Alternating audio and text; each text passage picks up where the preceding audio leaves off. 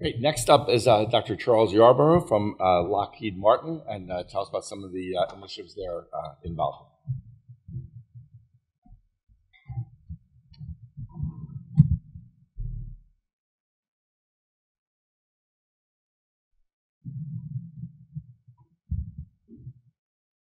Thank you very much. I'm really excited to be here. This is something that we've really not had any visibility to outside our company yet. So this is kind of the first time a lot of people are hearing this. So I'm really excited when Kathy asked me to come in and talk about this topic, which it really sets off, and for reasons that actually came together during this meeting for me. So community and health. So how do these actually two subjects can come together at our company? I'll just give you two examples here. A million makes a difference as part of our company's commitment to making a positive impact on communities where we live and work. And Lockheed Martin can invest over $25 million worldwide to nonprofit organizations. In addition, the employees donate $20 million annually to various organizations through workplace giving programs. And they volunteer, which fits in what Dan mentioned, the inner self, an average of 1 million hours each year, and a lot of which is directed towards improving community health where they live. So launched in 2013, it's Accelerating Better Use, you can see here, which is a cultural shift, actually, of how Lockheed Martin looks at its employees' health and wellness. The focus is on the person and overall well-being and helping them to achieve a series of lifestyle changes that will help workers get healthy and stay healthy. Now, that aim requires the community.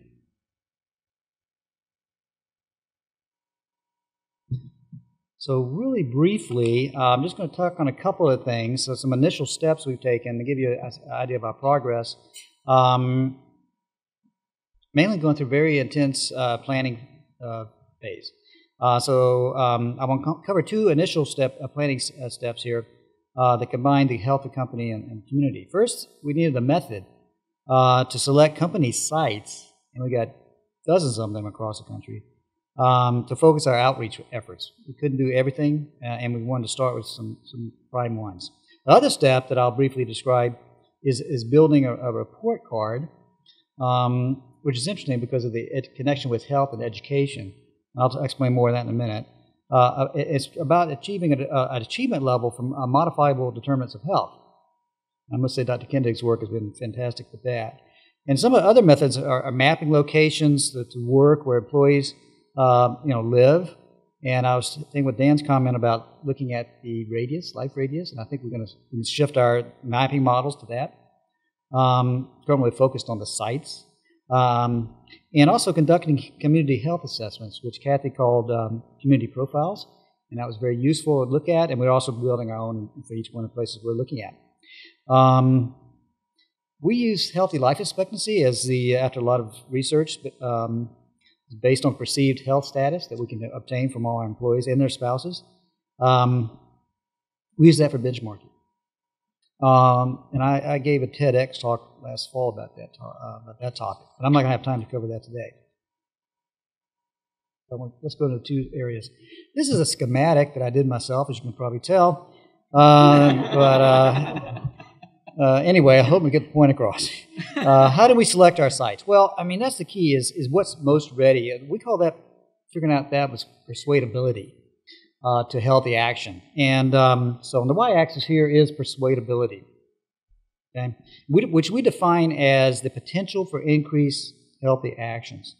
Persuadability scores look at 8 health actions, which are pedometer use, disease management, flu shot participation, biometrics, preventive examinations, cardiovascular exercise, nutrition, and stress management. And we use decision trees and regression analysis to come up with scores. And if you're familiar with the book, The Victory Lab, which describes big data and campaigns, by Sasha Eisenberg, Chapter 9 would give you some background on that. The other thing is Nate Silver's book was very useful, which is The Signal and Noise. And I can describe that some other time. But by the way, all this is de-identified data. We have no idea who these individuals are. We just want to aggregate information. So the personal privacy is totally ensured. On the first pass, we also did, of x-axis is the potential health benefit seen with the averaging prospective cost for each site, healthcare cost. This uses age and gender and medical claims data.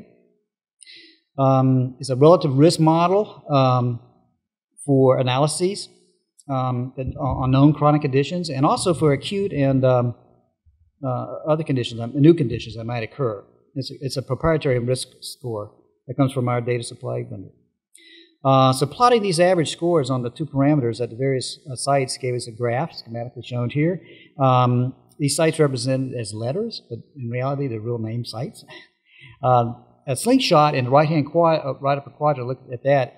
It's a term used in Silicon Valley. As you may be aware that a slingshot site in the Silicon Valley entrepreneurial spirit type of thing is where you want to invest some money, funds, to see where you want to have a startup firm.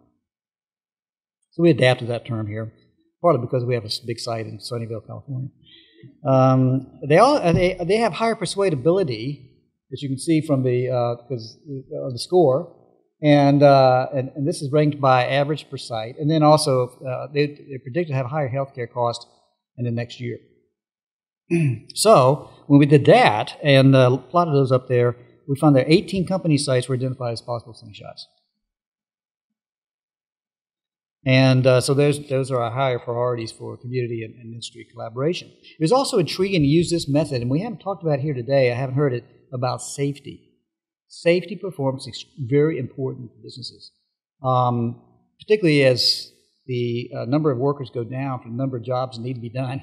You need everyone who's healthy and safe, not only at work, but also outside of work. One of the big areas that still needs work. There's articles written about that. But in that case, what we did was use our vast safety statistics. That's one of the things that businesses do track very well, safety statistics. And persuadability, at that time, we looked at time to report workplace incidents. And on the benefit side was loss of workdays. So interestingly, and this was not a surprise to me, that it actually turned out almost, for site by site, almost a complete overlay. Very close. In fact, it would be almost complete if we just moved the average slightly on benefit. It would be practically the same. So I think that really shows a connection between safety and health that I think can't be overlooked. In fact, Kathy and I and Ron Lepke and others, we wrote a paper, a guidance statement for the American College of Occupational Environmental Medicine in June 2011. It was published, and I'll refer you there if you'd like to see that. The other big area, initiative area, this will work. There we go. All right, report cards. So the people who are educators in the room, I know that a lot of you, if not all of us, are educators of one type or another, understand final grades, main courses. So what we did was come up with this idea.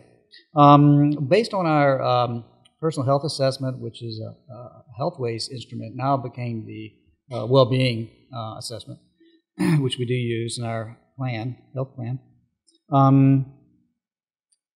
We need to figure out what areas we would go to the sites with and say, this is the areas to start looking at, but for our employees and spouses.